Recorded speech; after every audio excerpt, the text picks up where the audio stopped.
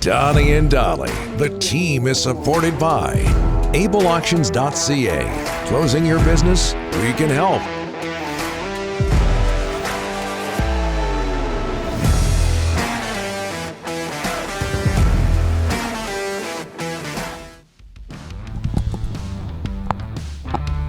Okay, Wednesday, John Shannon standing by. Today, all of our guests are brought to you by the Alberni Power and Marine RPM Group, located in Port Alberni. Alberni Power and Marine is one of Vancouver Island's most trusted boat dealerships, the largest Mercury Marine dealership in Canada. Their service team just won for the fourth straight year a CSI, Customer Satisfaction Index score, above the national average. Make your appointment today for the 2022 boating season at albernipowermarine.com. NHL analyst, co-host of the Bob McCown podcast, John Shannon, joining us now. John, thanks for doing this, sir. How are you? I am great, boys. How are you? Good. Very well. Very well. Can you envision the Canucks unloading JT Miller in Montreal this week? I don't know what the rush is at this point. Do I envision them trading him at some point? Mm-hmm. Probably. But they're in no hurry. They're in no hurry unless something magnificent comes out of high in the first round, and I don't envision that happening. So the answer to me is Jim Rutherford and Patrick, their backs aren't against the wall yet on Miller, and Miller may start the season in Vancouver, guys. Mm-hmm. That's a reality, but I don't think he's any part of the long-term plans. Here's what we've been talking about today, John, and that's next year's trade deadline. If JT Miller is still around, and if the Canucks are in contention for a playoff spot, or in fact in a playoff spot, what would Francesco Aquilini's reaction be if the Canuck management went to him and said, oh, by the way, looks like you're going to get some home playoff dates, or maybe not, because we've got a great deal for JT Miller, off he goes. Isn't that something they have to think about in terms of urgency in JT Miller? Well, that's quite a hypothetical. I guess my point would be that, like the deadline last year, mm-hmm. where Rutherford didn't feel that he was in any hurry to trade Miller if they had a chance to go to the playoffs, they probably wouldn't trade him. They would probably try to make the playoffs again and run the risk of losing him. John, I want to talk a little bit about this draft coming up here. Are you still seeing the number one overall pick up in the air, or is it a slam dunk that Wright goes to Montreal? Oh, I don't think it's a slam dunk. Okay. Rick, I think that what Yuri Slafkovsky did at the Olympics and what he did with his men's team in Slovakia and in Sweden, I think opened a lot of people's eyes. There's a good chance that this kid, and he is a kid, no question about it. The rumblings I've heard, people are asking the question: could he be another Yager? Wow.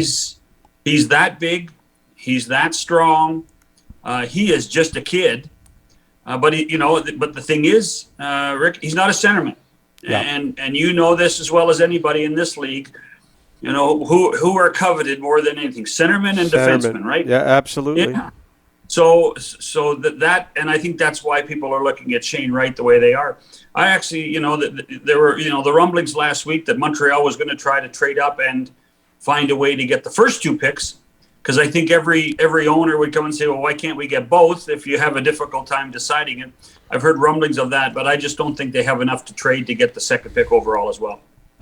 John, Russian players are in the news. The Philadelphia Flyers draft pick forced to do military service. Now there's a lot of concern. A lot of agents are making calls all over the world trying to figure out what's going on. What are you hearing about Russian players, their safety, and getting to North America for training camps? Well, I guess the latest question mark is Kirill Kaprizov of the Y. They don't know. He's certainly not in the United States at this point.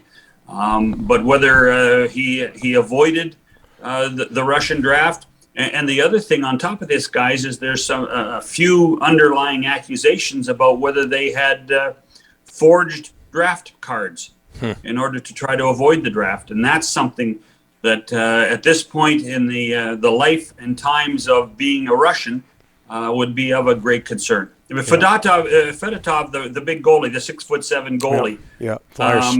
He was not going to be a difference maker in Philadelphia, but certainly when you find out that the Russian government has found him and sent him to the Arctic, there's a concern. Yeah. John, Hayley Wickenheiser, promoted to assistant GM by the Toronto Maple Leafs. In what ways, and she's been with the organization, obviously, in what ways has she impressed that team? Well, you guys have talked to Hayley. It's incredible. She's a complex thinker. She's a great communicator. I could see the chemistry between Kyle Dubas and Hayley Wickenheiser being one of being able to talk things through and analyze on multiple layers a player's talents. This is something it's fascinating to think now we have 6 assistant general managers in the NHL that are women, which is just fantastic, including 2 in Vancouver. But what Hayley does is she still brings that competitive fire that she had as a player. She understands the game as well as anyone, male or female. And I think that the fact that she has become such a student in so many ways, the medical student and a student of the game, I think that she and Kyle have such a great chemistry and they can talk things through and make things seem to be more palatable for the Maple Leafs. Hey, John, Bob McCown podcast. You had Barry Trotz on recently, obviously turning down the job in Winnipeg. What's in his hockey future? Well, I think he's just probably going to enjoy the summer at Kalamalka Lake, for one thing, at this point. But he knows that come November, when teams are playing less than the level they should be playing, his name's going to start coming up. He got burned out. That's the bottom line. He needed to find a way to reconnect with his family. The question becomes does he still have the passion in his belly to coach? And the answer is eventually he will, and it will be a lot sooner than later. Your thoughts, John? Mike Grier, the new general manager of the San Jose Sharks, the first black GM in the history of the NHL. Talk about the move by the Sharks.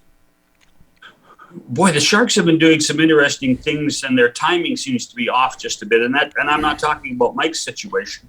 Yeah. But what I would, Mike has paid his dues after a pretty darn good professional career in the NHL.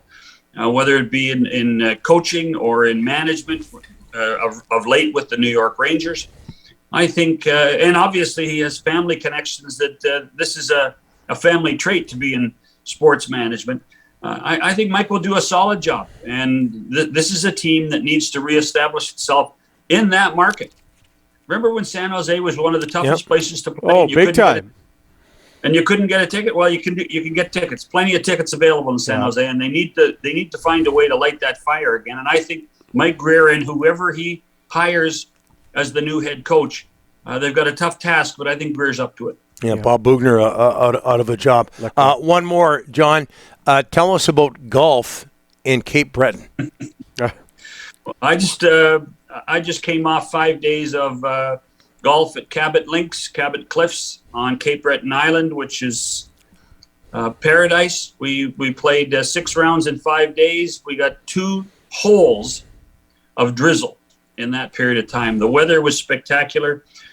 This is basically Canada's version of Bandon Dunes, Donnie. Designed like that. The hospitality is spectacular. The food is spectacular, and the golf is even better than that. How much is McCowan paying you? 6 rounds in 5 days? Oh, man, must be nice. McCowan's paying me? Oh, it's all volunteer, just like us here at Czech. Same thing. Yeah, Same thing. volunteer. Same thing. John, thanks for this. We'll talk to you next week. Cheers, boys. Okay.